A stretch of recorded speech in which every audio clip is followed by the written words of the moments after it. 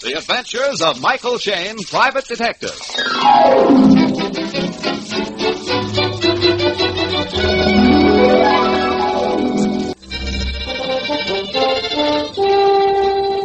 The Adventures of Michael Shayne, Private Detective, starring Wally Mayer and Kathy Lewis.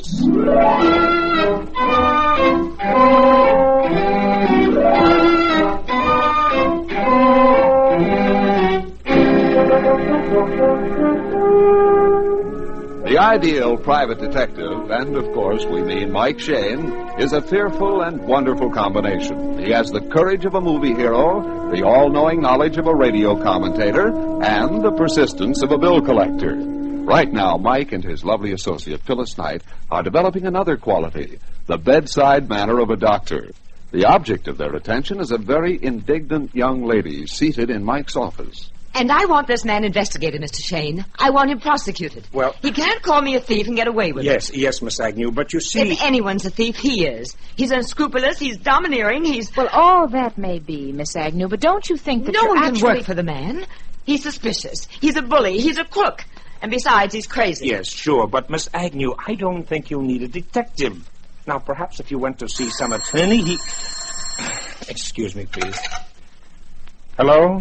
Long distance, I have a person-to-person call from Claremont for Mr. Michael Shayne. This is Mr. Shayne speaking. Thank you. Here's your party, sir. Please signal when you're through talking. Hello? Hello, Mr. Shayne. Yes? Who's this? My name is Pringle, Mr. Shayne. William J. Pringle. Yes? I'm calling you because I want a private detective to shadow me for the next few days. A detective to shadow you? Say, what is this, a gag? I'm afraid of a certain man that's going to be murdered, and that I'm going to be blamed for it. Now, wait a minute. I just had a fight with this man. His name is G.W. Highland. Yes? I said I'd kill him myself if somebody else didn't beat me to it. Got a half a dozen people who'd be glad to murder him. In fact, I heard another man threatened him today. And you want me to shadow you so I can prove your whereabouts in case this man is killed? That's right. I'm at my home in Claremont now, but I'll be glad to come across the bay. All right, sir. Look, can you make it at, say, 2 o'clock? I'll be there. Goodbye, Mr. Shayne. What were you talking about, Mike, in case the man gets killed? I'll tell you later, Angel. Huh? Now, to get back to your problem, Miss Agnew, you say you work in an experimental laboratory and that your employer accuses you of stealing a chemical formula. Yes. He says I smuggled it to a competitor, an inventor named Burton Gordon Feldman. I'm positive it's the other way around. Mr. Feldman came storming into the office this morning and said Highland had stolen the formula from him. He said that Just a minute, please. What was your employer's name again? Highland. G.W. Highland? Yes. Phil, that's what the phone call was about. A man named Pringle told me he just threatened Mr. Highland's life. Well, of all... Are you sure it's the same G.W. Highland? Of course it is. I was in the middle of the whole fight. Pringle was arguing with Highland about one matter. Feldman was accusing Highland of thievery, and Highland was calling me a spy and tool for Feldman. Do you think Mr. Pringle and Mr. Feldman were justified? Certainly. All of us were. Feldman said that he'd bash Highland's head in if he used that formula. And I told Highland I was going to sue him. I was going to hire Mr. Shayne to clear me of the whole nasty mess. Well, I'm not sure how much I can do about it, Miss Agnew. What's this man Highland's telephone number? Dawson 87421. His plant is down by the Bay Bridge terminal. Mm-hmm. Well, I'd like to talk to him. If he's conducting business, as you say he is, he'll have half of San Francisco gunning for him.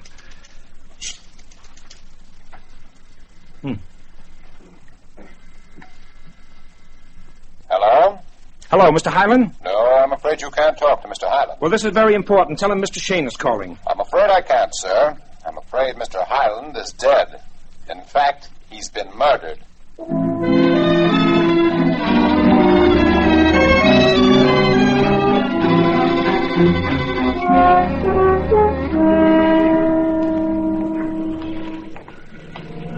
Hello, Mr. Shayne, Miss Knight. Hi, Sergeant. Well, looks like the inspector beat you here this time. Now, wait a minute. Don't go Chamber of Commerce on us, Sergeant. After all, we saw the telephone for the inspector. I know.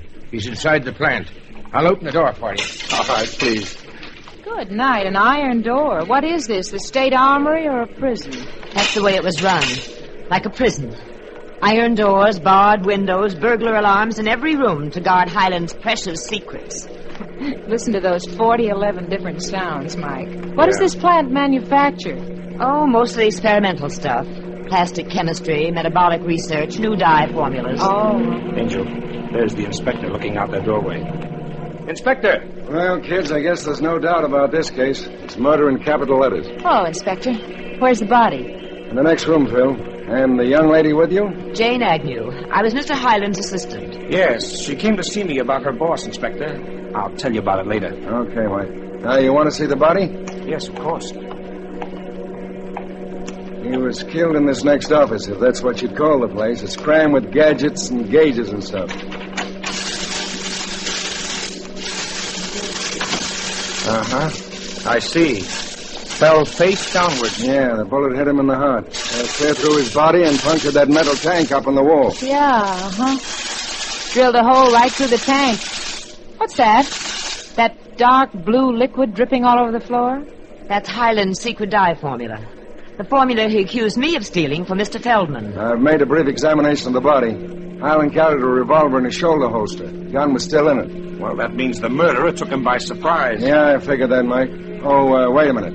Mr. Waters, will you come in here, please? Yes. This is the man who found the body. Oh, Mr. Waters, Mr. Shayne, Miss Knight. How do you do? I guess you know Miss Agnew. Oh, yes. You're the Mr. Shayne who phoned Mr. Hyland right after I discovered his body. Yeah, that's right. Did you hear the shooting? No. I was out in the blending room where we control our dye manufacture. You see that feeder pipe running from the formula tank on the wall? Yes. Yes. Well, it runs out to the blending room. I was watching my time and pressure graph on the feeder pipe. Suddenly, the pressure began to drop. I came back here to the office to see what was wrong with the tank. Uh-huh. And how long was that before I telephoned? Oh, I would say less than a minute. Of course, I don't know how long before that Mr. Hyland died. Well, as I recall, it was about 10 minutes past noon when I tried to telephone him. But that doesn't tell us the time of death either. Mike? Yeah? Mike, I think you better get hold of your client over in Claremont. Huh? Mr. Pringle? Mm-hmm. I just found this slip of paper on the floor by the wastebasket. It looks like Hyland's dying message. It says, Pringle killed me. And it's signed Hyland.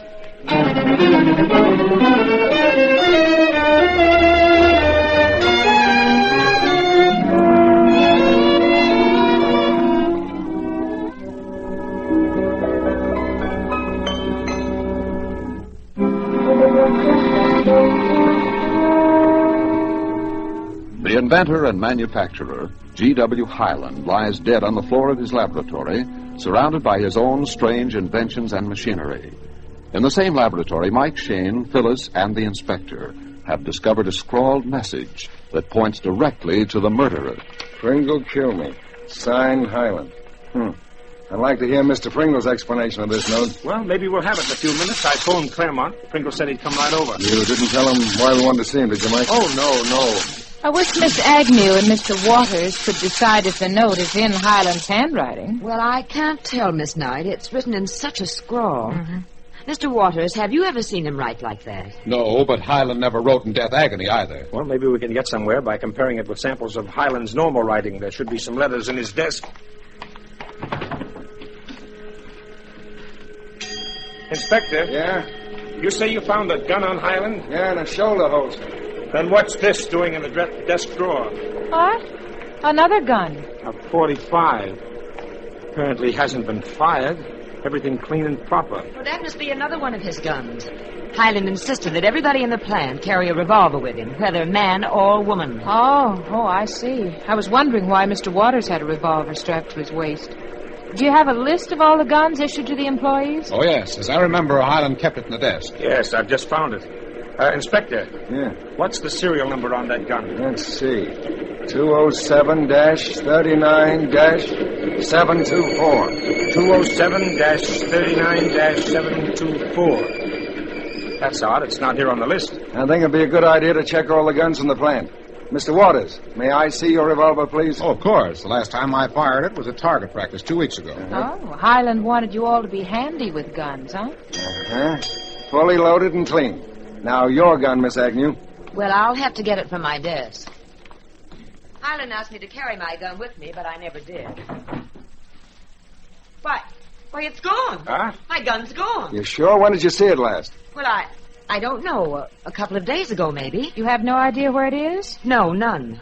Somebody must have taken it. Miss Agnew, you gave Miss Knight and me a sketchy account of a quarrel with Mr. Highland this morning. Would you mind repeating it for the inspector? Well, I don't know everything that took place. I was upstairs getting some data on the new process. When I got back to the office, I heard Mr. Pringle's voice. He was shouting that he would kill Highland if he didn't do something. If he didn't do what? I never found out. Mr. Feldman was waiting outside to see Highland. He walked in right behind me and started calling Highland a thief, that he'd stolen Feldman's own secret dye formula. Highland said it was a lie. He said the truth was that Feldman had stolen the formula from him, and that Jane was Feldman's go-between. You heard all this, Mr. Waters? That part of it. Mr. Feldman was pounding the desk and shouting that he would batter Highland's head in. What is Mr. Feldman's full name? Burton Gordon Feldman. Thank you. Sergeant, Yes, sir. get hold of Mr. Feldman and ask him to come down here at once. Yes, I will. Miss Agnew, why did Mr. Highland accuse you of stealing the formula for Mr. Feldman? Well, he was in a spot. He was passing the buck. He was accusing me because Mr. Feldman had accused him. Excuse me, Mr. Shayne. Yes? There's a Mr. Pringle here to see you. Oh, yes, we'll be right out.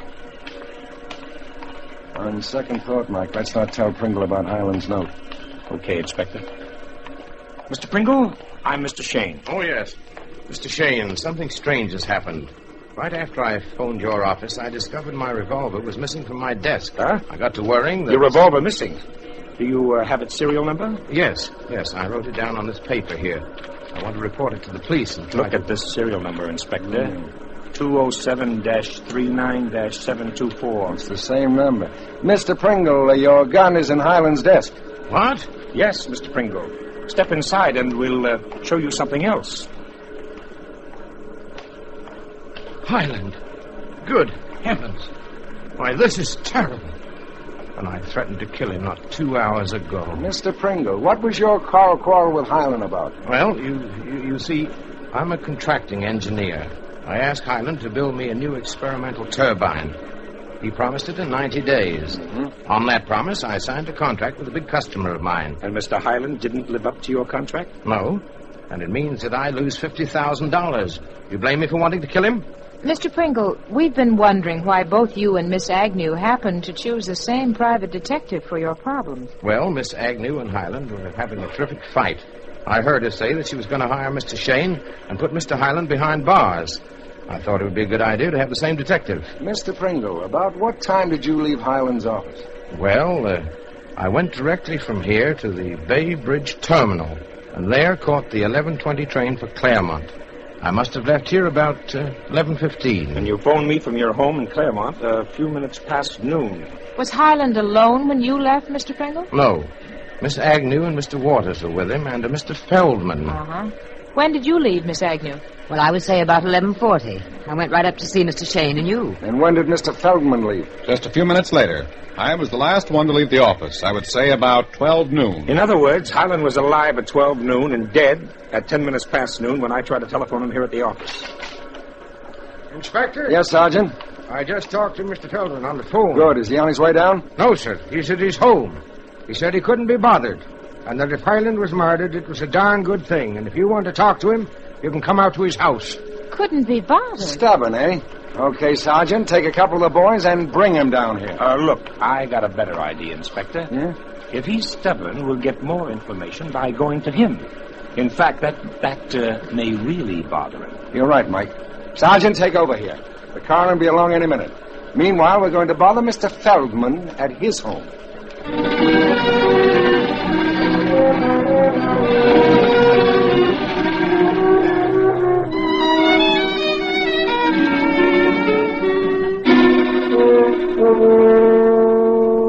That's correct, sir. I told your police sergeant that I would not budge out of my house for Mr. G.W. Highland, alive or dead. I see. Well, we won't comment on the attitude you take, Mr. Feldman.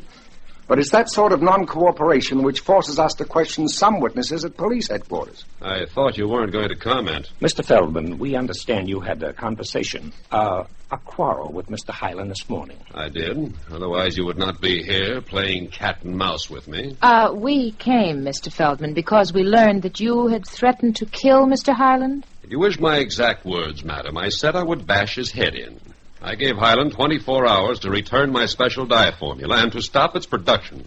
Are you certain that Mr. Highland pirated the formula from you? Positive. The man is a direct descendant of Captain Kidd.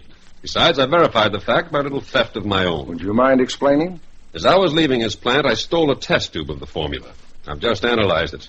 It's identical to my own product, which I'm about to place on the market. Do you know how and when Highland stole it from you? No, I've been trying to find out. Highland accused his own assistant of being my go-between. I'm sure he got that idea when he saw Miss Agnew and myself eating dinner together last week. Oh, you knew Miss Agnew socially? She is a very capable research woman, a Ph.D. I was and I am trying to persuade her to join my own staff. And that was the purpose of your dinner? The only purpose, Inspector. Mr. Feldman, do you remember about what time you left Highland's office? Yes, it was about 11:45. When I reached my apartment here, the chimes of Grace Cathedral were ringing the noon hour. 11:45. That's right. Uh-huh. One final question, Mr. Feldman. Do you own a revolver? No. And if I did, I certainly would not use my own gun to kill Highland. Bullets can be traced. You're right, Mr. Feldman. Bullets can be traced. And that's exactly what we hope to do. Inspector. Yeah, Mike? I suggest we go to headquarters right now and see what ballistics have found out.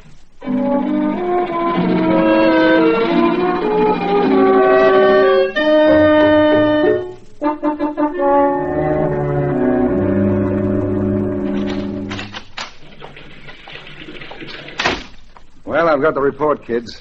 Ballistics say the bullet that went through Highland's heart and punctured the chemical tank was a .45 caliber. Oh, fine. The list of guns issued to Highland's employees were all .45s. And Mr. Pringle's, too? Yes, and even if we find the right gun, we won't know who fired it. Inspector? Yeah? Coroner just phoned about the Highland case. Says the man died between 11:50 and 12:05. I see. Okay, thanks. Well, that doesn't help us too much. You know, kids, I've got an idea how we can tell when Highland died. You have? How? You remember Fred Waters said that he discovered the body after he noticed something was wrong with the flow from that tank in Highland's office? Yeah. Sure, but I don't see what that... Well, Waters said that he saw the change recorded on the time and pressure gauge out in the blending room. Don't you get it? Yes, Phyllis, my angel. Ha-ha! You're not only beautiful, you're downright brilliant. Oh, gee, thanks. Inspector, let's head back to the plant and perform a little experiment. A very important experiment.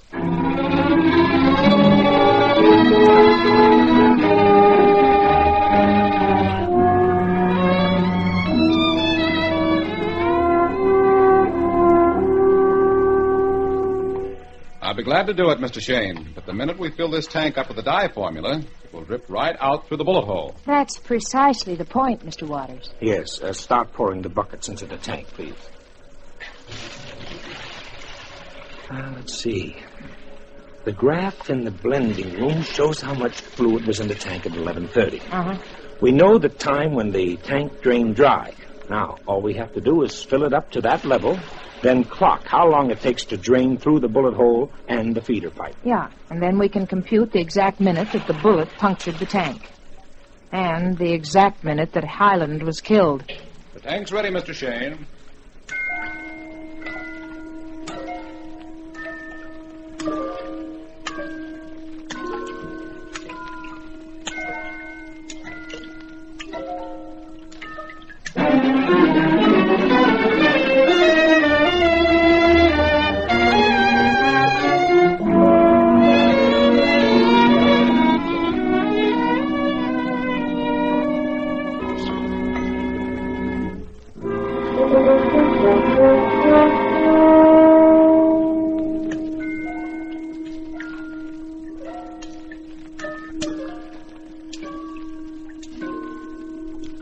In the laboratory of the murdered inventor, a secret formula slowly drips from the bullet hole in a metal tank.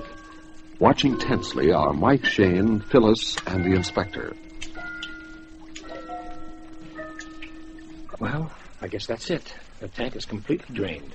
Mm-hmm. According to my watch, it took 11 minutes. Mr. Waters, what was the exact time that the flow stopped out in the blending room? Well, the time and pressure graph on the feeder pipe read 17 minutes past noon. 12:17. The tank drained through the bullet hole in 11 minutes. 11 subtracted from 12:17 makes 12:06. Then at 12:06, the bullet punctured the tank. At 12:06, the same bullet went through Highland's heart. Inspector? Yes, Sergeant. I have Mr. I Feldman told here. you people I wouldn't be bothered about Highland. This policeman came to my house Yes, and I insisted- sent him, Mr. Feldman. Oh? I wanted you here.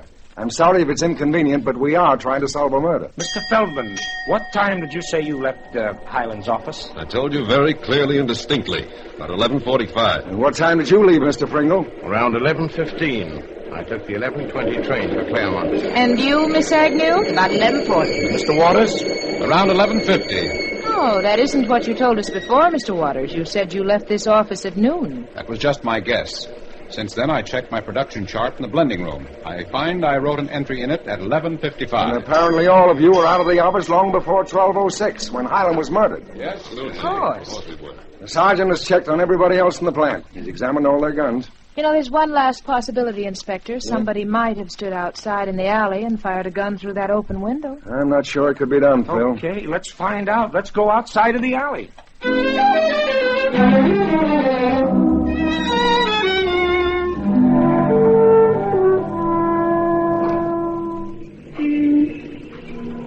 Yeah, I suppose somebody could fire a gun through this window. If he was standing on a stepladder or somebody's shoulders. The window is at least 10 feet from the ground. From down here in the alley, all a man could fire at would be the office ceiling. Oh, it's got me stumped, kids. We have 4 suspects. We find a note. Kids! Oh, kids, I've been the prize dope, a complete blue ribbon dope. What are you talking about? Inspector, you couldn't solve this case. Phil, you couldn't solve it. The police couldn't solve it. I'm the only person who had the answer, and I didn't even know. Well, for Pete's sake, give it to us. I will, Inspector, I will, just as soon as we get back inside that laboratory.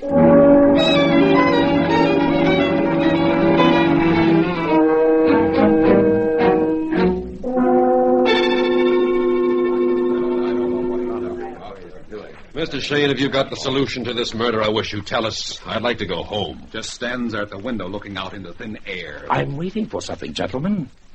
Oh, by the way, Mr. Feldman, you say you were home at your apartment at 12:06. I believe I told you that, sir. And, Miss Agnew, you were in our office talking to Miss Knight and myself. Certainly, you know I was. And I was in the blending room checking my gauges and masters. And Mr. Pringle was at his home in Claremont. That's right. Where about in Claremont do you live, Mr. Pringle? Why, on the hill above the hotel. Oh? Do the key system trains ever keep you awake at night? Key system trains? Yes. Well, there isn't even a streetcar line within 10 blocks of my house. Inspector, do you see what's coming down the ramp from the Bay Bridge right now? Sure, one of the key system trains is going into the terminal. Listen to it.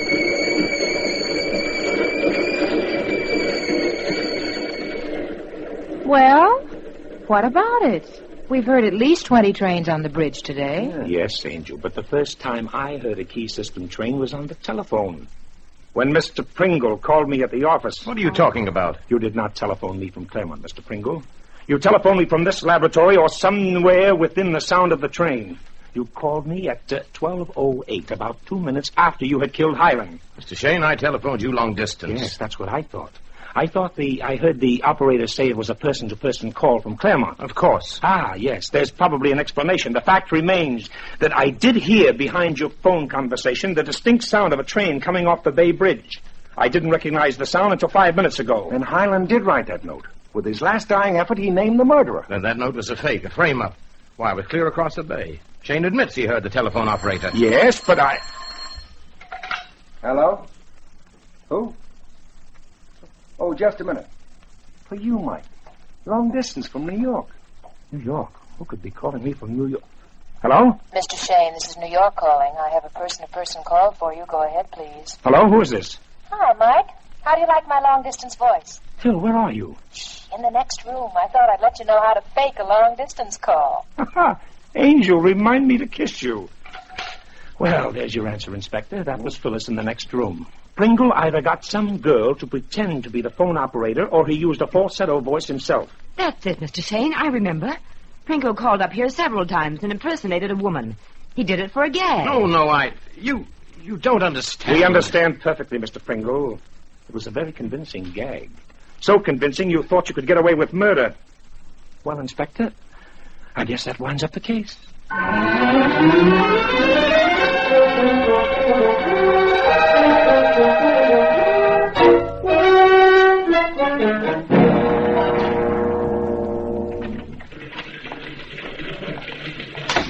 Sorry I kept you waiting so long, kids. Pringle insisted on giving us a speech along with his confession. I'll bet. I'll bet it was all about Highland, what a no-good character he was. Yeah. Seems about 10 years ago, Highland pulled another jip. Stole a chemical invention from Pringle and wrecked Pringle's whole business. He never forgot it. Then the motive was revenge. Why on earth did Pringle leave his gun right in Highland's desk? He was using psychology on us. Oh. He figured if you left a clue so obviously pointing at himself, the police just wouldn't believe it. It almost worked. Yeah. You know, I was really suspicious of Jane Agnew. It's darn funny she couldn't find her gun. I found it, Angel. You did? When?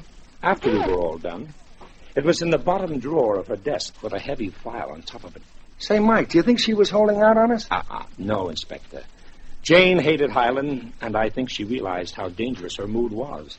So she hid her gun to prevent herself from killing him, and then forgot where she hid it. You know, that's an idea. Place an obstacle in front of yourself whenever you get any wild ideas. I must remember that with you, Mike. Well, Angel, what are you talking about? You don't hate me. Oh, no, just the opposite. But, that can be a dangerous mood, too. Why, Angel.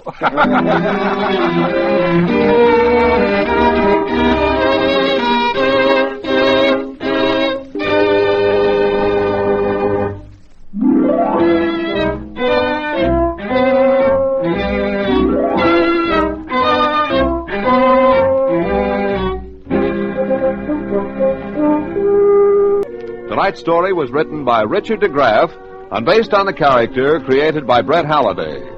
Music was composed and directed by Bernard Katz. This is John Lang saying goodnight.